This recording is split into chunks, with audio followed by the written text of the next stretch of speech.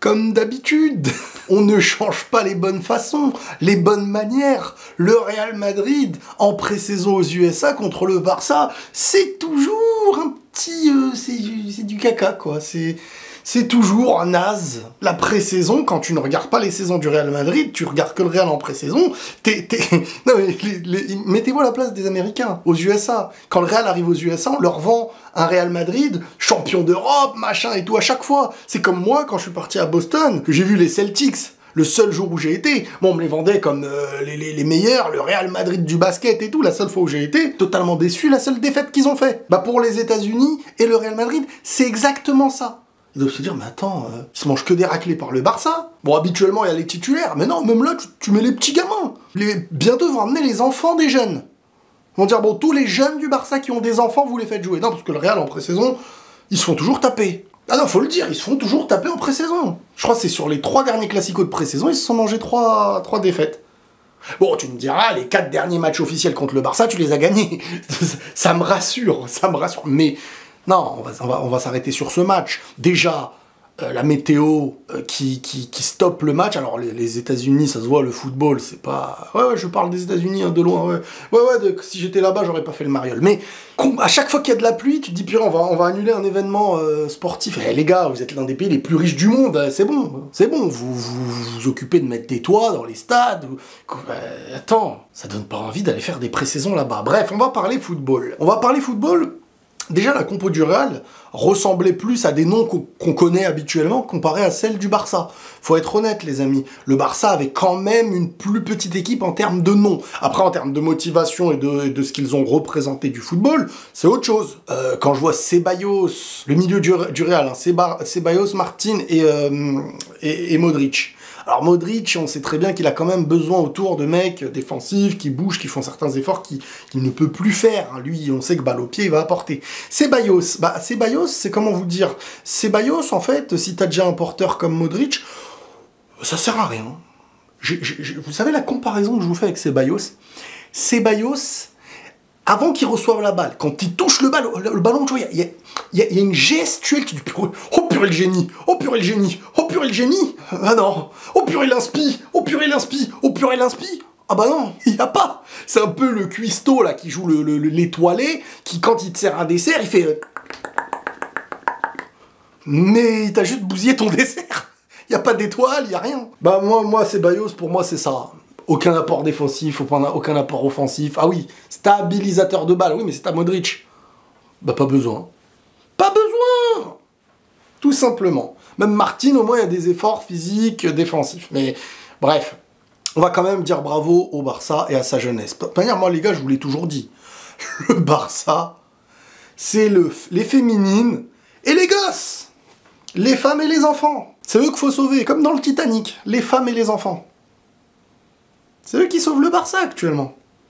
Le Barça, c'est la joie dans les pré-saisons, quand il y a les récompenses Golden Boy, je sais pas quoi, et quand il y a les récompenses féminines, ou les performances féminines, ou les légendes d'avant, avec Messi. Bon, je suis méchant, mais je taquine. Bravo aux joueurs du Barça et à cette jeunesse, avec un Pau Victor qu'il va falloir garder à l'œil. Est-ce que ce jeune-là, qui nous a quand même montré qu'il est peut-être le joueur de cette pré-saison côté Barça, alors après, il y a Haaland qui a mis un triplé, je crois, tout à l'heure, je sais pas si c'est le joueur de la tournée ou pas, mais il est là, décisif, bien placé. Ah, bah là, bizarrement, il y aura plus beaucoup de gens qui vont dire tapine. Parce que tapine, c'est un savoir-faire. Et moi, j'ai toujours mis en avant les joueurs qui savent se positionner, qui savent être là au bon moment. Faut mettre à l'honneur. Alors, je ne le connais pas. J'ai vu ce qu'il a fait. Décisif, buteur, 3 buts en 2 matchs, je crois. S'il est amené... Bah moi, franchement, je vais pas vous mentir, je le trouve plus cohérent pour un football de possession que le Roquet. Que Vitor Roquet. En plus, on parle de Victor et Vitor, donc... Le mec, il lui manque un C à l'autre. Donc autant garder celui qui a un C, avec Victor. Non, plus sérieusement, aujourd'hui je fais plein de blagues. Ouais, bah il est 4h du mat, faut animer un peu le truc, hein, sinon je vais m'endormir. Non, il y avait de la motivation, il y avait de la cohérence. Sur les 2 buts, alors certes, les 2 buts viennent du côté gauche du Real, donc le côté droit offensif pour le Barça. C'est le côté de Fran Garcia. Fran Garcia, qui est-il? C'est le remplaçant du Real Madrid, le remplaçant de Mendy. Et si Mendy se blesse cette saison, la saison est fichue. Fran Garcia, c'est le joueur académique qui, dès lors qu'il va y avoir un duel ou un joueur qui arrive, c'est panique à bord. C'est le Odriozola, un peu moins tambouresque par les pieds. Hein, moins agité comme ça, mais bon, il court beaucoup. Il fait les efforts. Il est pas au niveau. Voilà. Il est pas au niveau du Real Madrid, ni même d'être remplaçant au Real Madrid. Parce qu'un joueur comme Mendy, dont tu n'es pas toujours sûr dans l'aspect physique, quand il est là, il n'y a pas de problème. Mais quand il n'est pas là, bon, après tu me diras, tu peux mettre Camavinga dans les matchs importants. On est d'accord. Bon, en vrai, on est d'accord. Après, Thibaut Courtois, j'ai l'impression, je sais pas si ça glissait, mais j'avais l'impression qu'il avait bu un petit coup. Je le trouvais, même son regard, il était vide. Je sais pas ce qui s'est passé. Endrick. Alors, autant... Le premier match contre Milan, même si j'ai vu beaucoup de gens critiquer, j'ai quand même trouvé qu'il y avait des choses hein, dans la combinaison, son occasion. Mais sur ce match-là, ses premières touches de balle, il va falloir apprendre et revenir à ce niveau-là, au très haut niveau, etc. Alors, quand il jouera avec une équipe plus dominatrice et des joueurs qui font plus de différence, il aura juste à se positionner. Parce que Endrick, les gars, attention, hein. Endrick, c'est pas du Benzema. Hein. Bon, déjà, Endrick, il vient d'avoir 18 ans. Je sais que nous, on est matrixés par l'idée que quand t'as 18 ans, maintenant, tu dois être un génie. Là, on voit les Arda Güler, on voit les Lamine Yamal, on a vu plein de jeunes à cet âge-là qui sont... Mais c'est un jeune de 17 ans qui vient d'arriver en Europe, qui a eu 18 ans il y a un mois, même pas, enfin je sais plus, et qui donc en fait se retrouve à devoir apprendre certaines choses. Et quand je vous disais, eh oh, arrêtez de me parler de titulaire ou je sais pas quoi, chaque chose en son temps. Le mec, on sent qu'il a de la puissance, on sent que... Tranquille, il a le mental, il y a plein de choses qui sont intéressantes, mais il va falloir réapprendre certaines choses du football, à son niveau, avec les grands, et surtout cette première touche de balle que je trouve un peu pas assez fine. Cette première touche de balle, parce qu'il est très orienté vers l'avant dans son foot, et sa première touche de balle, elle n'est pas assez juste. Le premier contrôle, la première orientation balle au pied, etc. Il y a une volonté de faire des choses, mais dans un marquage, dans une pression du très haut niveau, on se sent quand même parfois un peu plus en difficulté. Certes, quand tu vas avoir des Mbappé, quand tu vas avoir des Vini et tout, ça va quand même libérer beaucoup plus de choses et peut-être qu'il aura plus d'espace et après il va être en confiance et il vient d'avoir 18 ans. Voilà, faut pas toujours... On n'a jamais été aussi dur qu'à notre époque avec des jeunes aussi jeunes, tout simplement. Bon, Arda Güler, les gars. Arda Güler, c'est un génie, balle au pied. Franchement, je suis impatient de le voir avec des flèches comme Mbappé, comme Vini, même avec Rodrigo et tout. Ça peut être beaucoup plus sérieux dans la prise de balle, dans les combinaisons, etc. Je trouve que vraiment, il a ce truc de plus en plus et tu sens que le gars, sa progression peut être vraiment très très forte. Non, parce que c'est un joueur qui perd pas beaucoup de ballons, qui est très juste, très souvent décisif. Encore une fois, passeur D sur le corner et tout. Au passage, avec une grosse tête de Nico Paz. Nico Paz, c'est pas une tête qu'il a mis, c'est un pointu du crâne, pour moi. Ça. Pointu du crâne, quand même. Direct. Maintenant, j'ai trouvé ce Barça dès les premières minutes. Dès les premières minutes, même si le match, comme je vous dis, il a été retardé et tout. Mais dès les premières minutes... ce Barça, j'ai senti qu'avec un milieu comme le Real, tu sens, c'est pas le savoir-faire balle au pied qui était important dans des matchs comme ça, et c'est pas pour rien que dans les pré-saisons, les jeunes, parfois on se dit, ah, mais les jeunes sont... Et après tu vois la saison qui arrive, tu dis, ah ouais, non, mais doucement avec les jeunes. Parce qu'en fait, dans les pré-saisons, c'est l'intensité qui fait les choses. C'est très souvent l'intensité, les déplacements, etc. Et on a vu que dès la fin de la première mi-temps, le Real avait quand même repris le ballon, parce que quand tu arrives à surmonter l'aspect physique, etc., ensuite, c'est comme dans un combat de boxe, le mec au début il est agité, après tu peux calmer le jeu. Ça n'empêche qu'en deuxième mi-temps, ils ont très bien joué le coup, les Barcelonais, avec 2 buts.